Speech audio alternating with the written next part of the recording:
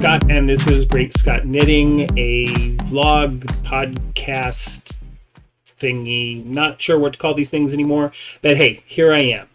This is episode 15, and you know what? It's a new dawn. It's a new day. It's a whole new world. Boy, I'm mixing my different songs. Anyway, things have changed over the last couple of weeks for the United States of America, and I'll have to say that it's for the better. So, great things have got to happen, and I'm glad that we're all here together to enjoy them. So, if you're a returning viewer, thank you for coming back. I so appreciate it.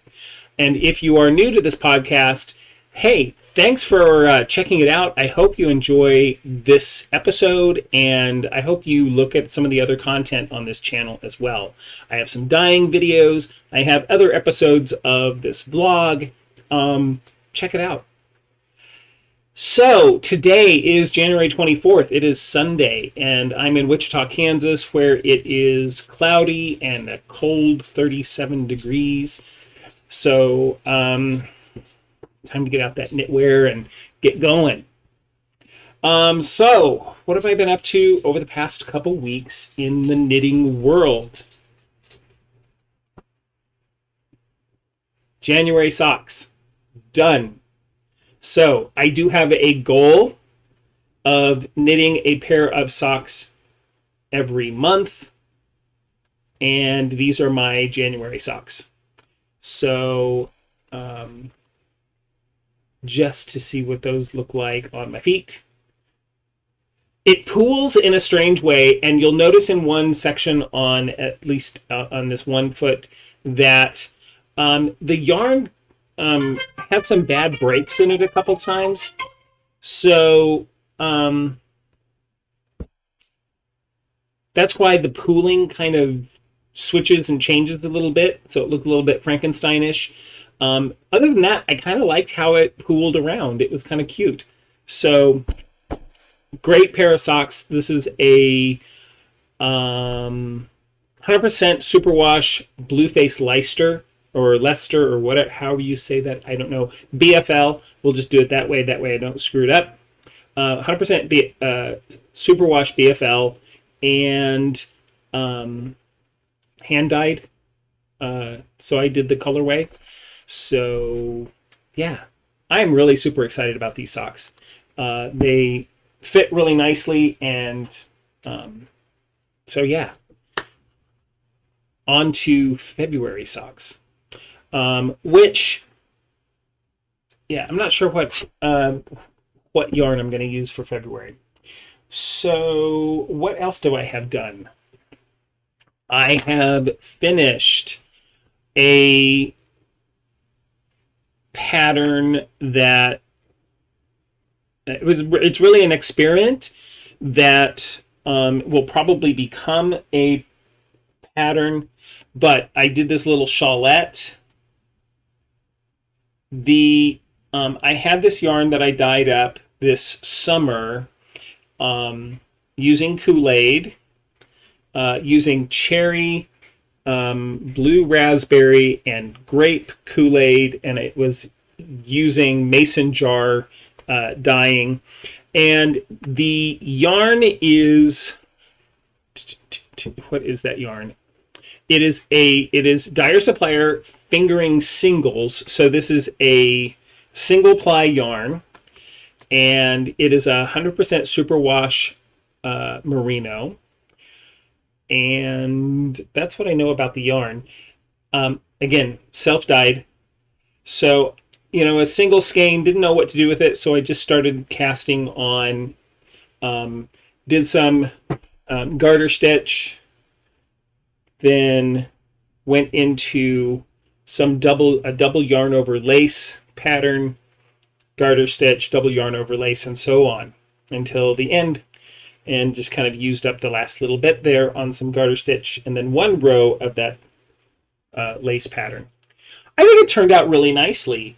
Even though the yarn is like super busy, it has some pooling that's going on, which is kind of fun. But yeah, I really liked this. I'm liking it so much that I'm thinking of doing one more as before I decide whether I'm going to publish this as an actual pattern. Could certainly, like if I had 2 skeins of this, I'd knit up both skeins and had a much bigger shawl. I have another skein of the singles, the fingering singles. So it's this single ply yarn that I also did this summer.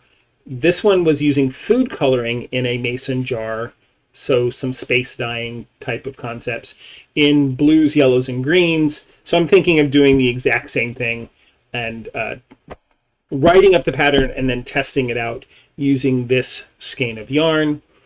And barring any issues, I'll publish that sometime probably in February. All right, the next finished object just came off the needles yesterday. Washed it, did a little bit of blocking to it. It's still actually a little bit on the damp side, but perfectly fine. This I am calling the rose hip cowl because there is a stitch pattern, and it's a textured stitch pattern. I don't know if you can see it. Let me get rid of the little pop-up picture. There's a little texture, and it's a slip stitch pattern that adds this little texture to the cowl.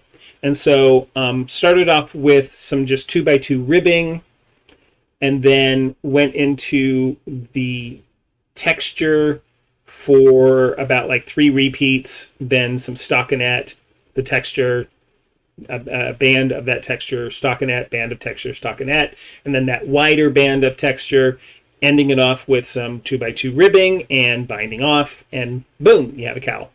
This is a worsted weight cowl. The yarn is Patton's Classic Wool Worsted. This was like a cream colored base yarn, so basically a bare yarn that I hand dyed myself.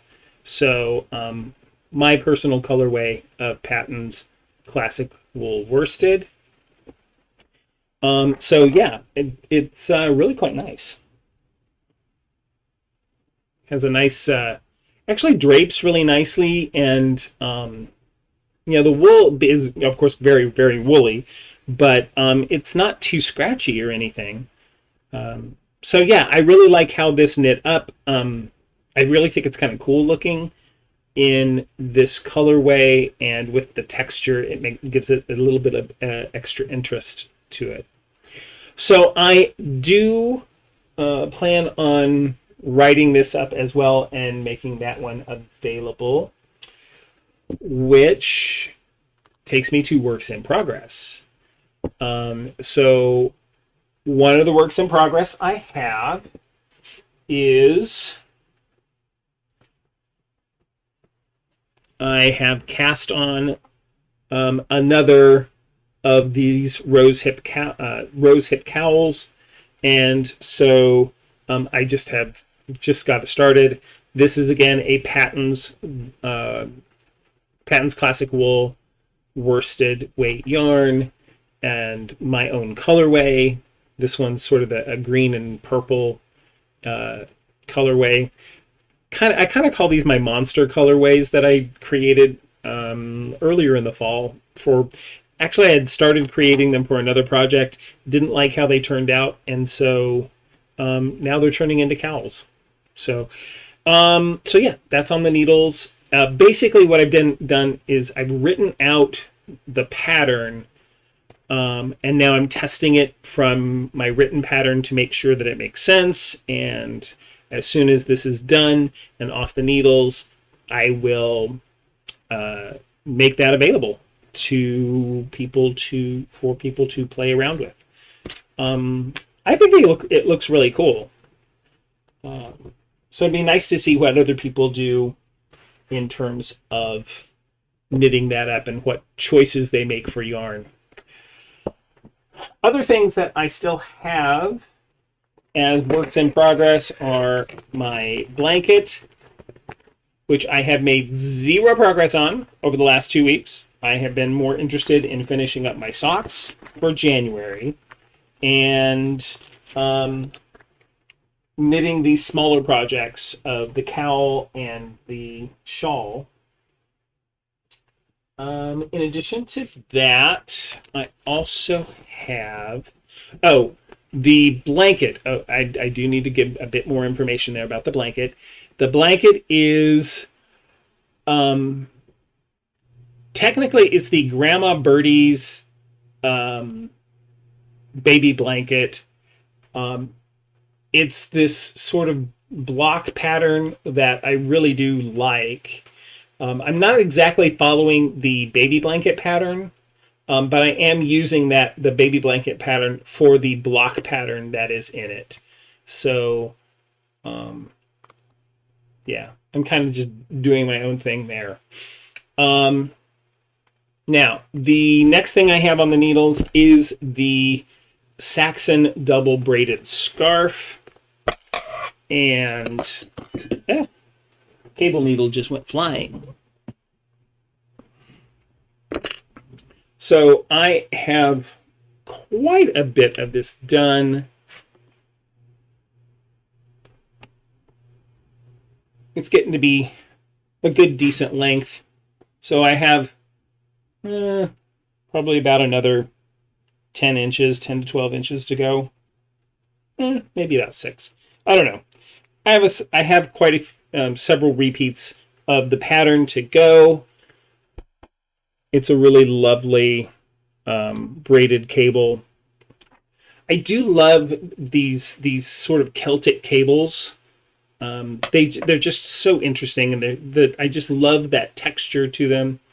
The yarn I am using is excuse me, Knitology worsted merino in the colorway of Concrete Jungle.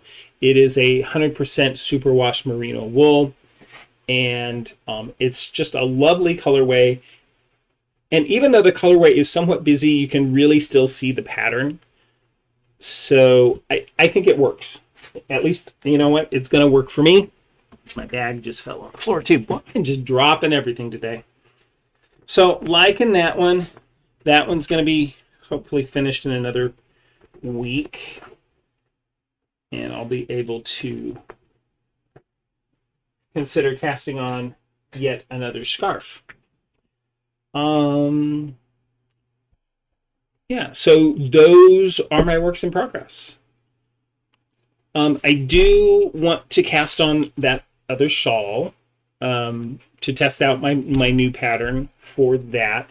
I'm going to cast on another pair of socks, and I'm thinking of using this skein of yarn that I hand dyed earlier in the fall. This is a 75-25 superwash merino nylon blend. So yeah, it's really pretty. So I'm thinking that's going to be my next pair of socks. So those are the things I'll be casting on that I know about. So yeah, can't think of what else to I mean, really in terms of my knitting world that's going on. Oh, I know, acquisitions. What has come into my yarn shelf. I have finally broken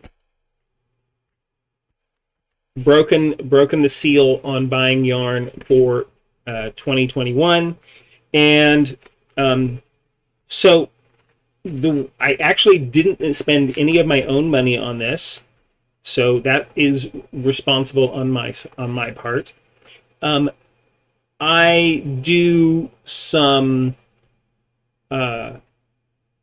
I take surveys and stuff online and to earn points, and then once you get so many points, you can redeem those points for things like Amazon gift cards. And so I did. So I got about $50 of Amazon gift cards and started buying a little bit of stuff that I've been furiously wanting. I've been wanting to try out this Lion brand mani-pedi sock yarn. It is a 75% superwash wool, 25% polyamide, and the colorway is called Crew, which is very much a rainbow color.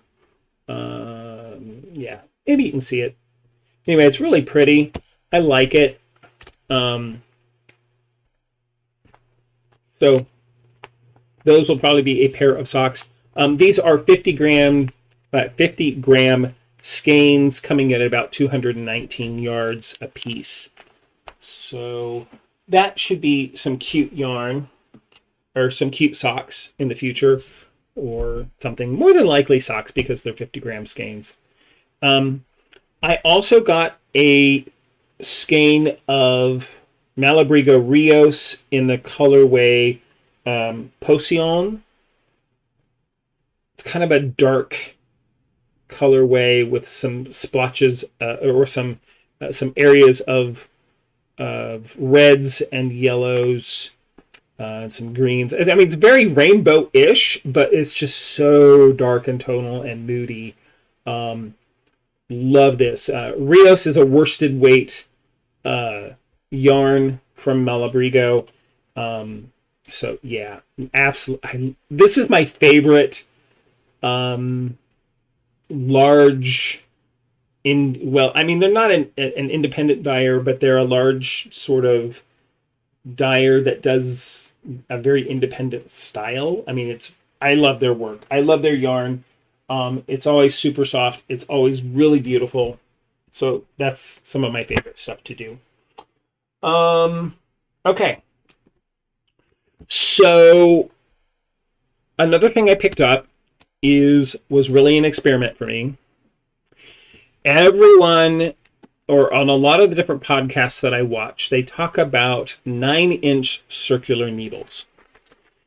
And getting into sock knitting, I was like, okay, want to find a way to maybe make sock knitting a little easier and faster, so I'm going to try some out. So I bought a set of, a Haya circular 9-inch circular needle. In the size is a US 1, 2.25 millimeters. These are super teeny tiny, and I gotta tell you, don't work for me. My hands are too big or something. I don't know what it is, but they're just so short. The needle part is so short, which it has to be. I mean, it makes sense, but I tried for probably about 4 hours consistently trying to knit on my pair of socks using these, and it just drove me crazy. So I was like, okay, 9-inch circular needles are not for me. I'm glad I didn't spend my own money.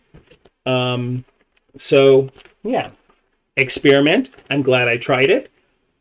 It doesn't work for me. I'm going to continue to use my 24-inch needles and do magic loop. I go much faster. I don't get ladders. I have no problem with doing magic loop. And so, yeah, I tried. To all of you who are successful with 9-inch circular needles, I applaud you. I am happy for you. Wish it could be me. It isn't. Okay.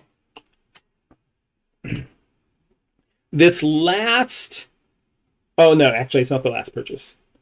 Oh, okay. So I'll talk about this one first. I got a whole bunch of blunt needles in various sizes. They all came in this little tube.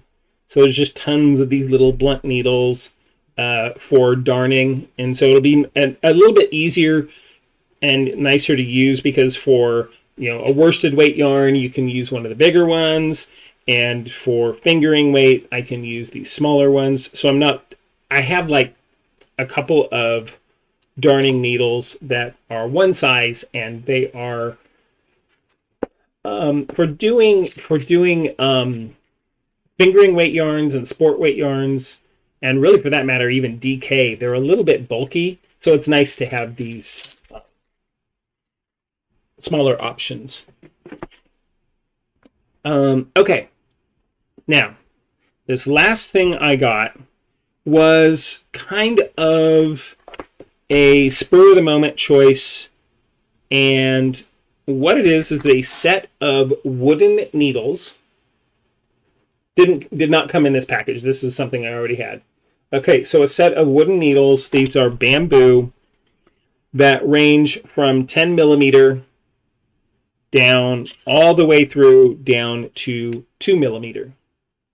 So 2 millimeter are like twigs. I don't know how.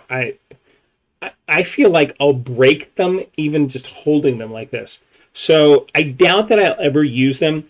So these might be somewhat of a decorative item for me. The ones that I would probably actually will use will be in that middle range between like US 4 through US 8 or 9. And the rest of them I may not actually ever use. I don't do a lot of straight needle knitting except for when I'm doing scarves, and I've never really knit on wooden needles or bamboo needles, so these will be an experiment. So when I get done with this scarf that I have on the needles, I'll cast on another scarf on the straight bamboo needles just to give them a try, see what I like. If not, then they're decorative. I do think that needles can be a decorative item, especially if you're a knitter. You know, it's kind of nice to see, maybe a floral arrangement of needles. These are all the needles that used to be in this roll up, and these are the things that I picked up when I was first knitting. It's these long 14-inch plastic bendy things. Why I ever bought? I've never actually used them. I have never actually used them. I have a set of Susan Bates straight needles, ranging from US 6 through US 9, and I use the heck out of these things. They're aluminum, but sort of plastic coated, and they're lovely. I really enjoy using them. One of these days, I'm going to get a really nice set of straight needles, maybe Chowgoos or even Knit Picks, or not Knit Picks, but Knitter's Pride, which I like. I like Knitter's Pride. I have a couple sets of their interchangeables. I have their Slatina Nova and their Carbones, and I like both of those. So, yeah, so those are the things that I picked up over the past couple of weeks. Can't wait to have money coming back in so that I can have money going out to buy yarn. That is my goal. I want to have a job so I can buy yarn and do more knitting. That's just how it is. I also want to have yarn so that I can travel to exotic locations to buy yarn so I have more knitting. That's just my plan. That's what I want to do. Okay. What else have I been up to? Well, let's see. We had a big inauguration this past week, which was phenomenal to watch. Did you all get a chance to watch? And did you see the young inaugural poet? And I love the fact that we're back to a Democratic president who has an inaugural poet. Not very many of them have. There's only been 4 presidents that have had an inaugural poet. John F. Kennedy had Robert Frost as his inaugural poet. Then the next inaugural poet was with Bill Clinton, and that was Maya Angelou. His second one, I don't remember that name, who that was. Obama had a couple of poets as well, and then now Biden had Amanda Gorman. Her poem, "The Hill We Climb," if you have not seen it, if you didn't get a chance to watch it, I will put a link to the YouTube video of her reciting her poem at the inauguration. It is inspiring. It is an amazing piece of work, an amazing piece of poetry. She has a long and illustrious career ahead of her as a poet and as a speaker. She is absolutely delightful and very, very wise beyond her years, in my humble, uneducated opinion, although I do have a minor in English, so I can say some of these things with some authority. Absolutely amazing. Check it out. I'll put the link to a YouTube video of her reciting the poem. It is very lovely if you have not seen it or read it yet. What else have I been watching and or doing? Let's see. Still watching Doctor Who, although I'm going to have to take a break from that because a little bit of downsizing going on in my home. But Doctor Who Season 3 has been going on for me. One of my favorite seasons, actually.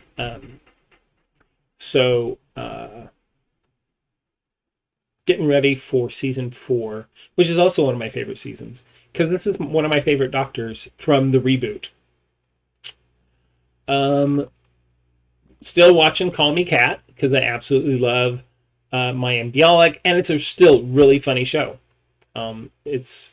She does actually a lot of physical humor, which you don't get a lot of anymore.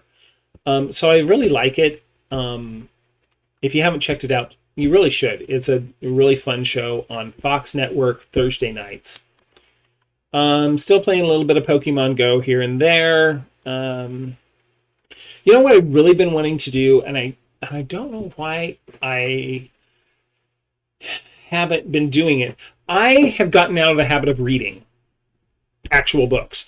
I got into the habit of doing a lot of audiobook listening, which absolutely love doing that. And actually, I've gotten out of the habit of doing that. So I'm going to pick back up some reading. My goal is to start reading before bed, at least on a nightly basis. And what's going to be my first book is Tuesdays with Maury by Mitch Albom. I've read this before. It's really good. It's really moving. It's very inspirational. So this is going to be my night reading for at least a little while. It shouldn't take me too long to get through that one. And then I'll probably get back into my sci-fi fantasy genre and pick up some books, probably some Kindle style.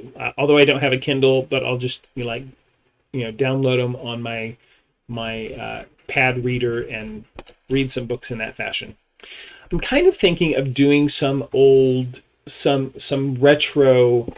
sci-fi from like Asimov and that sort of that genre of sci-fi writing from the early days, so the 60s, 70s, that period of time. So yeah, I want to get back into reading. If you have some good suggestions, I will gladly take them. So pop those into the notes, and I'll check out some of your suggestions. All right. It is class time. Yay! I'm not sure how yay that is, but anyway. So, hang on. Well, I am not in the right place. So, one moment.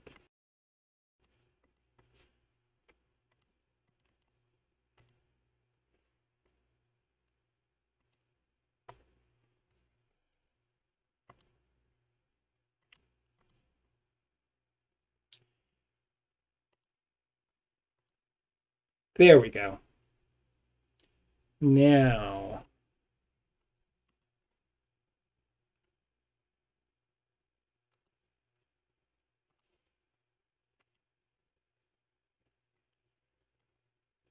technical difficulties. Please hold.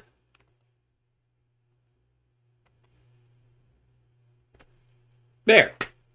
That's what we need to see. Okay.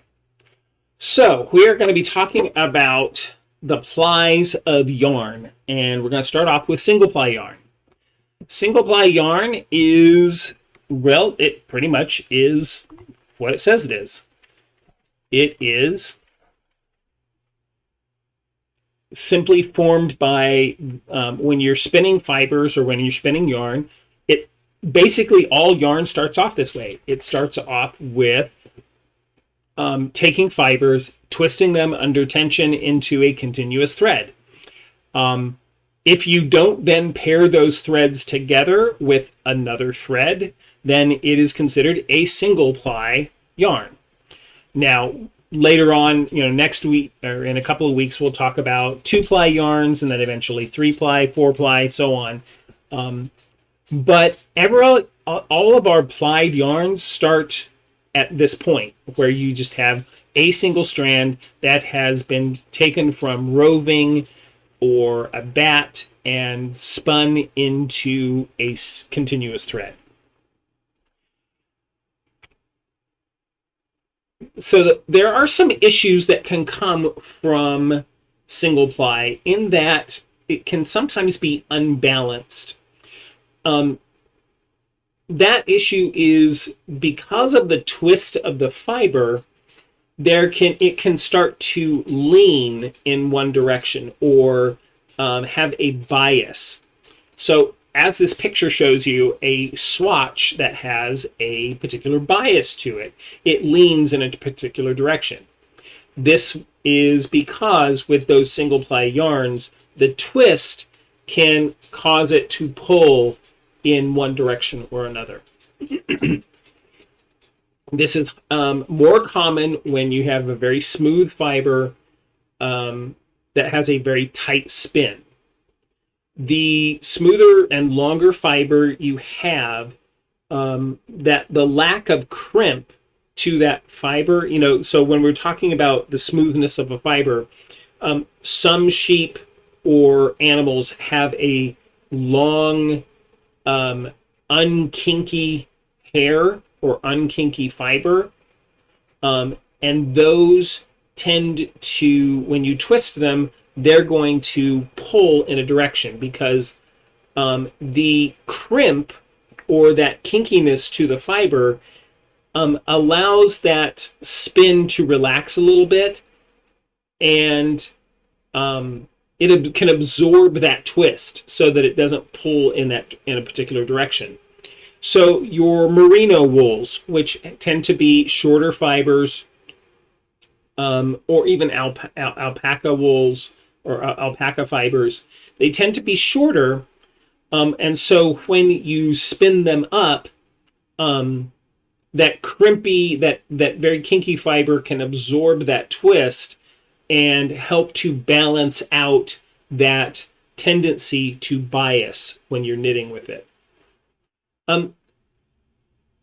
So that's one of the things you want to look at when you're looking at single ply yarns is what's that fiber content, and kind of knowing a little bit about the different types of fibers that go into yarn, understanding then what could possibly happen when you're dealing with this particular type of yarn. So talking about the spin that is on the fiber, that can affect its bias, or whether it has a bias or lean or not. So the tighter that spin or that you have on the fiber, the more potential you have for that bias to occur. Looser spin can create a fabric that might not bias, but the yarn is in a sense weaker and may not wear as long or as well. So it doesn't have the strength that you might have. One of the reasons why single ply yarns are not necessarily a good choice for knitting things like a pair of socks. Socks need to have a durability to them that single ply yarns just don't have by nature. Also, single ply yarns can have a tendency to pill when the fibers, because the fibers can easily become loose. And that is because they kind of balance out this need for to prevent the bias by not having as tight of a spin. So those are some of the things that can play off of each other when we're dealing with this single ply yarn. Now, there is a way to combat that bias that can occur. One thing you would want to do is, if you're not familiar with that particular single ply yarn, is knit a good size swatch to see, does it bias or not. If it doesn't, hey, use it for whatever you like. But if it does, there are some things you can do when you're choosing your project that you're going to use this on that can help balance out that bias that could occur. Incorporating a highly textured pattern is good. So if you have knit and purl stitches, the tension of alternating between knit and purl can counteract that bias that comes from the single ply yarn. Another option that I read about is going down a needle size to create a slightly tighter fabric, and that can also give less room for that yarn to move around and move in what would be its natural direction. So that's another option. So the visual effect of a single ply yarn is that you get these really clear, simple looking stitches, because you don't have that twist or those plies that you can see in the yarn giving that additional texture and visual effect. You have this just simple string of yarn. I heard it described as, imagine knitting with clay, or braiding with clay. One of the things that I do is I make challah, which is a braided bread. So that simple texture of the braid of a bread is sort of similar to what you get when you're knitting with a single ply yarn. It's that very clear look to the yarn, which, especially in highly textured fabrics like these cables or nups or things like moss stitch or sand stitch, those knit purl textures can really look great with single ply yarns. That shawl that I knit was a single ply yarn. So it really looked great with lace and garter stitch. So it worked out very well with that particular type of pattern. One thing is that you might want to avoid large patches of stockinette, because it can, for some people, they think that may look drab. Other people like that very simple, plain, easy look to the fabric, even with single ply and stockinette. If you are on the side that thinks, oh, that looks a little drab or has a little less character, choose to use a more variegated looking yarn, or a yarn that has speckles, so that the color of the yarn gives the visual interest that the yarn itself may not have when you're knitting in stockinette. So those are just some suggestions of how to use the single ply yarn for for your knitting. And I would, I had never really knit with single ply yarn before, and before this project, or really paid attention so much to whether I was knitting in single ply yarn. So yeah, so I think very interesting to think about as you're choosing different yarns or looking at different yarns.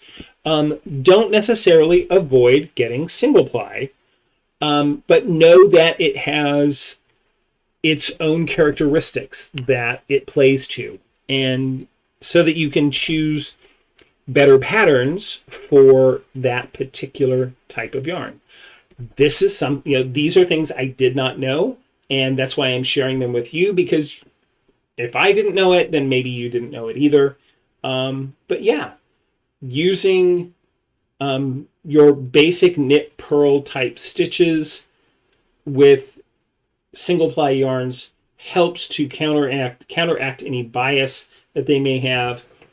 Also things like cables, nups, things that have a high texture work really well with single ply. So there you go. Interesting information that I did not know. So yeah, my nose is just itching like mad. Don't know why that is. Okay, we have come to the end of another show. I am thinking about starting next month another little section where I feature either a indie dyer that I follow and like, and hopefully eventually will have some of their yarn. That, or also to feature a designer that I like, and have knit up their patterns.